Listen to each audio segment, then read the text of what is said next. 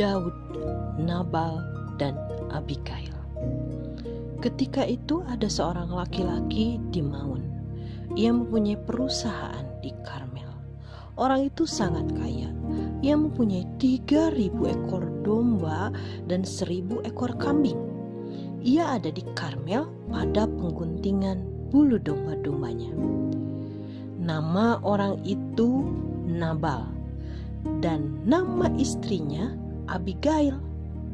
Abigail perempuan yang bijak dan cantik, tetapi Nabal kasar dan jahat kelakuannya. Ia seorang keturunan Kaleb. Ketika didengar Daud di padang gurun bahwa Nabal sedang menggunting bulu domba-dombanya, maka Daud menyuruh 10 orang, dan kepada orang-orang itu Daud berkata, "Pergilah ke Karmel dan temuilah Nabal. Tanyakanlah keselamatannya atas namaku, dan sampaikanlah salam ini kepadanya. Selamat, selamatlah engkau, selamatlah keluargamu, selamatlah segala yang ada padamu. Baru-baru ini aku mendengar bahwa engkau mengadakan pengguntingan bulu domba. Adapun gembala-gembala yang ada pada kami, tidak kami ganggu dan tidak ada suatu yang hilang daripada mereka selama mereka ada di Karmel. Tanyakanlah kepada orang-orangmu, tentu mereka akan memberitahukan kepadamu. Sebab itu biarlah orang-orang ini mendapat belas kasih-Mu. Bukankah kami ini datang pada hari raya? Berikanlah kepada hamba-hamba-Mu ini dan kepada anak-Mu Daud apa yang ada padamu." Ketika orang-orang Daud sampai ke sana, berkatalah mereka kepada Nabal atas nama Daud, tepat seperti yang dikatakan kepada mereka. Kemudian mereka menanti. Tetapi Nabal menjawab anak buah Daud itu. Katanya, "Siapakah Daud? Siapakah anak Isai itu? Pada waktu sekarang ini ada banyak hamba-hamba yang lari dari tuannya. Masakan aku mengambil rotiku, air minumku, dan hewan bantaian yang kubantai bagi orang-orang pengguntingku untuk memberikannya kepada orang-orang yang aku tidak tahu dari mana mereka datang." Lalu orang-orang Daud itu berbalik pulang, dan setelah sampai mereka memberitahukan kepada Daud tepat seperti yang dikatakan Nabal kepada mereka. Kemudian berkatalah Daud kepada orang-orangnya, "Kamu masing-masing sandanglah pedang." Lalu mereka masing-masing menyandang pedangnya. Daud sendiri pun menyandang pedangnya. Sesudah itu kira-kira 400 orang maju mengikuti Daud, sedang 200 orang tinggal jaga barang. Tetapi kepada Abigail, istri Nabal, diberitahukan oleh salah seorang bujangnya, katanya, "Ketahuilah, Daud menyuruh orang dari padang gurun untuk memberi salam kepada Tuhan kita, tetapi ia memaki-maki mereka. Padahal orang-orang itu sangat baik pada kami. Mereka tidak mengganggu kami, dan kami tidak kehilangan apa-apa selama kami lalu lalang dekat mereka ketika kami ada di ladang. Mereka seperti pagar tembok sekeliling kami siang dan malam selama kami mengembalakan domba-domba di dekat mereka.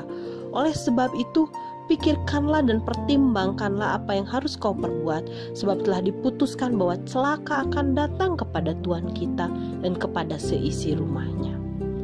Lalu bersegeralah Abigail mengambil 200 roti, 2 buyung anggur, 5 domba yang telah diolah, 5 sukat berti gandum, 100 buah kue kismis, dan 200 kue ara. Dimuatnya semuanya ke atas keledai, lalu berkata kepada bujang-bujangnya, "Berjalanlah mendahului aku segera menyusul kamu." Tetapi Nabal, suaminya, tidak diberitahukannya. Ketika perempuan itu dengan menunggang keledainya turun dengan terlindung oleh gunung, tampaklah Daud dan orang-orangnya turun ke arahnya, dan perempuan itu bertemu dengan mereka. Daud tadinya telah berkata, "Sia-sialah aku melindungi segala kepunyaan orang ini di padang gurun, sehingga tidak ada suatu pun yang hilang daripadanya. Ia membalas kebaikanku dengan kejahatan, Beginilah kiranya Allah menghukum Daud, bahkan lebih daripada itu, jika kutinggalkan hidup sampai pagi seorang laki-laki saja dari semua yang ada padanya." Ketika Abigail melihat Daud, segeralah ia turun dari atas keledainya, lalu sujud menyembah di depan Daud dengan mukanya sampai ke tanah. Ia sujud pada kaki Daud serta berkata, "Aku sajalah ya Tuanku yang menanggung kesalahan ini. Izinkanlah hamba-Mu ini berbicara kepadamu dan dengarkanlah perkataan hamba-Mu ini. Janganlah kiranya Tuhan mengindahkan Nabal, sebab seperti namanya demikianlah ia. Nabal namanya, bebal orangnya, tapi aku hamba-Mu ini tidak melihat orang-orang yang Tuanku suruh. Sebab itu Tuanku, demi Tuhan yang hidup dan demi hidup-Mu yang dicegah Tuhan daripada melakukan hutang darah dan daripada bertindak sendiri dalam mencari keadilan, biarlah menjadi sama seperti Nabal musuh-Mu dan orang yang bermaksud jahat terhadap Tuanku. Oleh sebab itu, pemberian yang dibawa kepada Tuanku oleh budak-Mu ini, biarlah diberikan kepada orang-orang yang mengikuti Tuanku. Ampunilah kiranya kecerobohan hamba-Mu ini, sebab pastilah Tuhan akan membangun bagi Tuanku keturunan yang teguh, karena Tuanku ini melakukan perang Tuhan. Jika sekiranya ada bangkit seorang mengejar Engkau yang ingin mencabut nyawa-Mu, maka nyawa Tuanku akan terbungkus dalam bungkusan tempat orang-orang hidup pada Tuhan Allah-Mu, tetapi nyawa para musuh-Mu akan diumbannya dari dalam salang umban. Apabila Tuhan melakukan kepada Tuanku sesuai dengan segala kebaikan yang difirmankannya kepadamu dan menunjukkan Engkau menjadi raja atas Israel, maka tak usahlah Tuanku bersusah hati dan menyesal karena penumpahan darah tanpa alasan, dan karena Tuanku bertindak sendiri dalam mencari keadilan. Dan apabila Tuhan berbuat baik kepadamu, ingatlah pada hamba-Mu ini." Lalu berkatalah Daud kepada Abigail, "Terpujilah Tuhan Allah Israel yang mengutus engkau menemui aku pada hari ini. Terpujilah kebijaksanaan-Mu dan terpujilah Engkau sendiri bahwa Engkau pada hari ini menahan aku daripada melakukan hutang darah dan daripada bertindak sendiri dalam mencari keadilan. Tetapi demi Tuhan Allah Israel yang hidup, yang mencegah aku pada hari ini berbuat jahat kepadamu, jika Engkau tadinya tidak segera datang menemui aku, pasti tidak akan ada seorang laki-laki tinggal hidup pada Nabal sampai fajar menyingsing."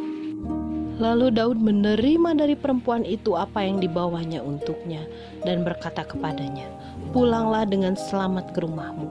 Lihatlah, aku mendengarkan perkataanmu dan menerima permintaanmu dengan baik."